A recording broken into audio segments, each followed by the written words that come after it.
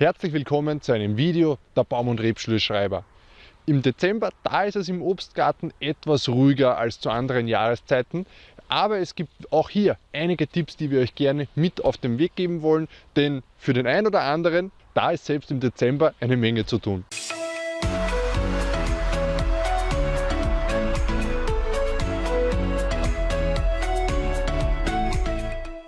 Eine Frage, die schon sehr häufig kommt, jetzt vor dem Jahreswechsel ist jetzt der richtige Zeitpunkt für den Winterschnitt? Und diese Frage würde ich mit einem Jein beantworten. Man kann jetzt schon Obstbäume schneiden, vor allem die Obstbauern, die tun das auch, weil man ganz einfach zu einem späteren Startzeitpunkt dann vielleicht nicht mehr mit seinen Bäumen fertig werden würde. Auch wir haben die Äpfelbäume hier hinter mir bereits geschnitten in den vergangenen Tagen. Wenn ich es zeitlich schaffen würde, dann würde ich aber noch etwas warten, zumindest auf den Jahreswechsel oder sogar bis kurz vorm Austrieb, wenn die Bäume wieder in Saft gehen.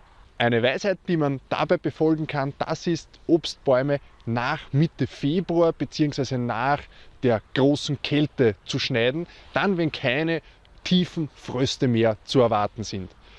Warum sollte man auf diesen Zeitpunkt warten, wenn man die Möglichkeit dazu hat? Ganz einfach, weil dann die Bäume nicht mehr so lange haben, bis sie in Saft gehen, also bis sie im Frühjahr wieder aktiv werden, und der Zeitraum, wo Wunden offen am Baum stehen, der ist kürzer. Denn sobald die Bäume in Saft gehen und mit der Blattbildung beginnen, dann können sie auch aktiv ihre Wunden verheilen und diese bleiben nicht mehr den ganzen Winter über offen. Obstarten, die einen Schnitt jetzt besser vertragen als andere, das sind zum Beispiel die Kernobstarten Apfel und Birne. Obstarten, die ich jetzt nicht schneiden würde, das wären zum Beispiel die Steinobstarten Marille, Pfirsich oder Kirsche. Warum sollte man mit dem Baumschnitt aber überhaupt so lange warten und beispielsweise die Bäume nicht schon gleich nach der Ernte schneiden? Bei einigen Obstarten, die bereits im Sommer geerntet werden, ist ein Sommerschnitt auch durchaus sinnvoll. Da kennt ihr aber auch unsere Regel: nicht gleich nach der Ernte, zum Beispiel bei Kirschensorten, die schon Anfang Juni geerntet werden, sondern eher bevor der Herbst kommt. Mitte August bis Mitte September ist hier auf unserem Standort immer so ein guter Zeitraum für den Sommerschnitt. Dann sollte man aber Pause machen mit dem Schneiden, zumindest bis jetzt um den Jahreswechsel herum.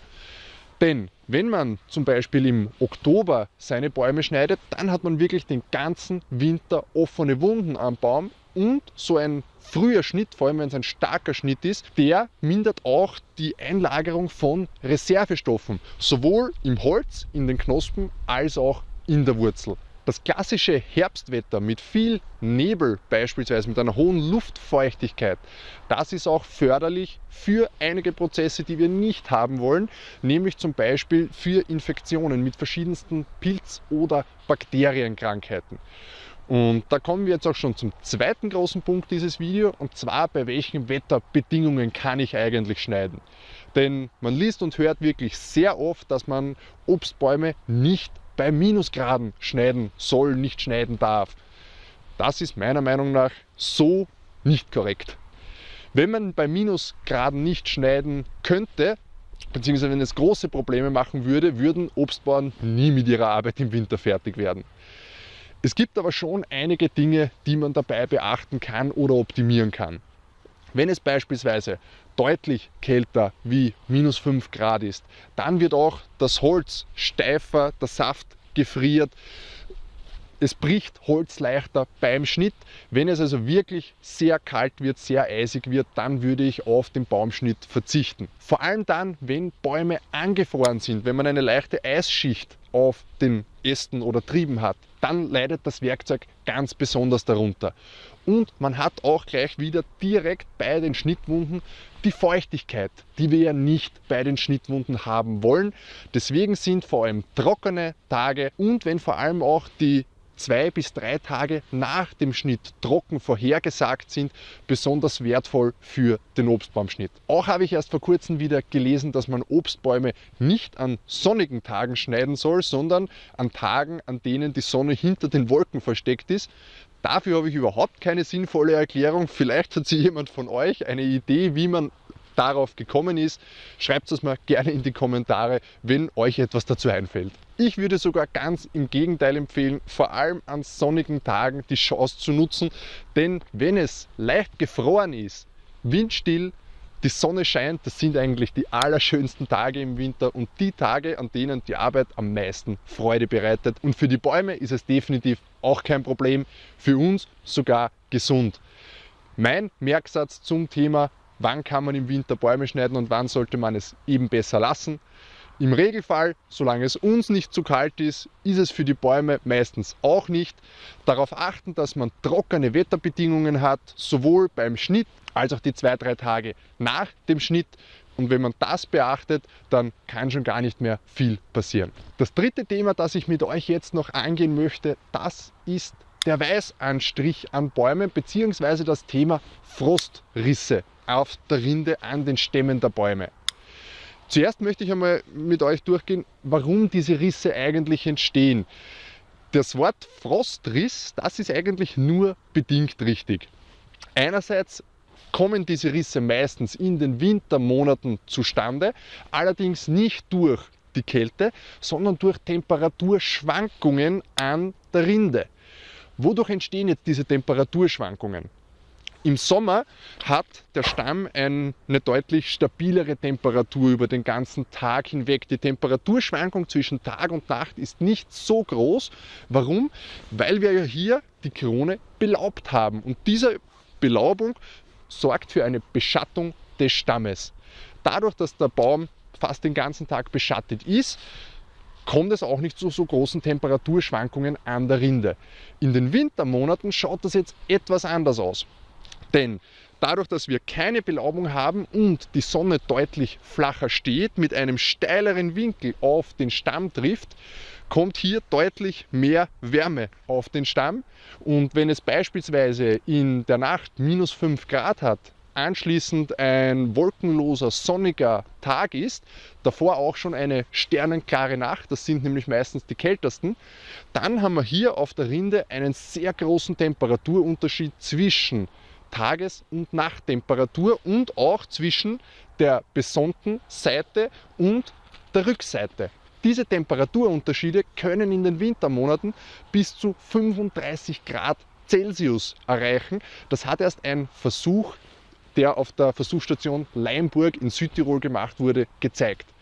Und diese enormen Temperaturschwankungen, die sind jetzt für diese Frostrisse verantwortlich. Wenn ich jetzt hier von diesen Temperaturunterschieden spreche, dann meine ich natürlich immer die Temperatur an der Oberfläche des Stammes und nicht die Lufttemperatur. Denn da haben wir zum Glück keine 35 Grad Unterschied. Auf der Stammoberfläche, da haben wir die aber teilweise schon. Was können wir jetzt also tun, um diese Temperaturunterschiede zu puffern und dadurch auch diese Spannungsrisse zu minimieren? Die wahrscheinlich am weitesten verbreitetste oder am häufigsten empfohlene Methode ist jetzt hier, die Bäume zu weißeln oder zumindest die Stämme zu weißeln. Diese weiße Farbe hat den Zweck, dass die Sonne reflektiert wird, dadurch sich der Stamm nicht so stark aufheizt, und diese Methode kann diese Temperaturunterschiede um bis zu 8 Grad puffern, also hat doch eine deutliche Wirkung. Am sensibelsten für diese Frostrisse, Schwankungsrisse, sind jetzt vor allem junge Bäume, 1. bis 4., 5. Standjahr würde ich sagen. Bei älteren Bäumen schützt die alte Borke außen schon oft vor diesen Frostrissen bzw. minimiert diese Frostrisse. Welche Farben kann man jetzt verwenden für diesen Weißanstrich? Das einfachste ist ganz einfach Kalk.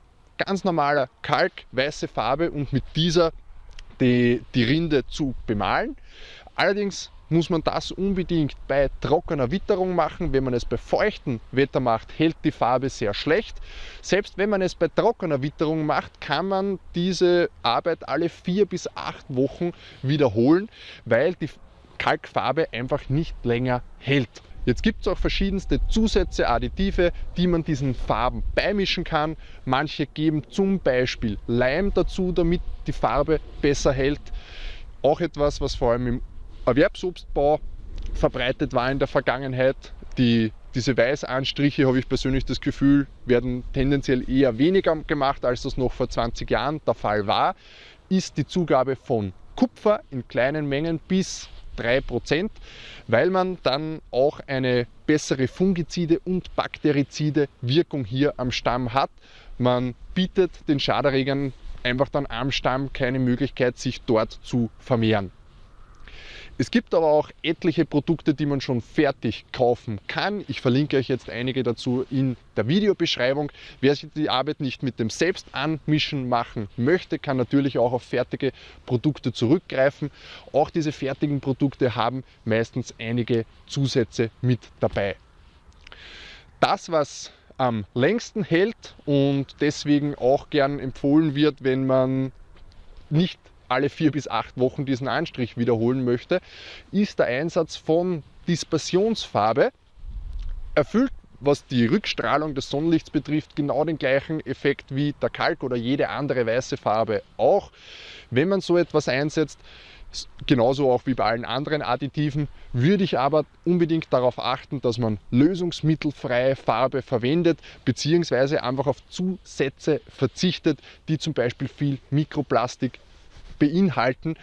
Man sollte immer darauf achten, was man nicht auf seinem Teller oder in seinem Boden haben möchte, sollte man natürlich hier auch nicht mit der Farbe auf die Bäume bringen. Die werden vielleicht einmal kompostiert etc., kommen wieder in einen Kreislauf zurück und man sollte nur das auftragen, was man auch mit gutem Gewissen in seinen Kreislauf einbringen kann. Eine Maßnahme mit der gleichen Wirkung wie der Weißanstrich, das wäre auch mit anderen Materialien für Beschattung am Stamm zu sorgen. Dafür sind zum Beispiel auch so Stammschutzhüllen geeignet, wie man sie gerne gegen Wildverbiss einsetzt. Diese kann man schon sehr preiswert kaufen, sind ganz schnell angebracht und sind deswegen meiner Meinung nach hier auch eine schöne Lösung, wenn man auf diesen Weißanstrich verzichten möchte. Auch davon verlinke ich euch jetzt welche in der Videobeschreibung. Die Ergebnisse, die man sich davon erwarten kann, die Verbesserung, die sind gleich zu bewerten wie bei der weißen Farbe, können ca. 6 bis 8 Grad Celsius Temperaturschwankungen puffern durch Beschattung. Abschließend möchte ich an diesem Punkt auch noch sagen, wir bei uns im Betrieb haben schon viele Jahre keinen einzigen Baum weiß angestrichen, aus einem ganz einfachen Grund, weil es relativ zeitaufwendig ist und hier das Kosten-Nutzen-Verhältnis für einen Betrieb nicht immer gegeben ist. Wenn man im Hausgarten aber seinen Bäumen etwas Gutes tun möchte und das Risiko für Frostrisse minimieren will, dann ist es meiner Meinung nach im Hausgarten sehr wohl ein probates Mittel, um hier ans Ziel zu kommen. Eine Möglichkeit im Erwerbsobstanbau, die Zeit fürs Aufbringen dieser weißen Farbe zu reduzieren, ist es auch zum Beispiel spritzfähigen Kalk zu verwenden und diesen nicht mit einem Pinsel aufzutragen, sondern mit einer Spritze am Baum anzubringen. Für uns im Betrieb beginnt jetzt zum Glück eine etwas ruhigere Zeit. Wir haben jetzt endlich auch die Möglichkeit, selbst wieder etwas zu lesen, uns weiterzubilden, Videos zu schauen und an der Stelle auch nochmal für euch den Tipp, wir haben in diesem Jahr wirklich jedes Monat Videos gedreht, was in einem Kalenderjahr alles an Arbeiten anfallen mit Obstbäumen. Ich verlinke euch jetzt schon die Videos vom Jänner und Februar des Jahres 2021. Die Tipps von diesen Videos gelten natürlich im heurigen Jahr ganz genauso und so kann man sich schon auf die Arbeit im kommenden Jahr bestmöglich vorbereiten. Ich wünsche euch eine besinnliche Adventszeit. Schöne Grüße aus der Wein- und Marienstadt Pohlsdorf. Bis zum nächsten Mal. Ciao.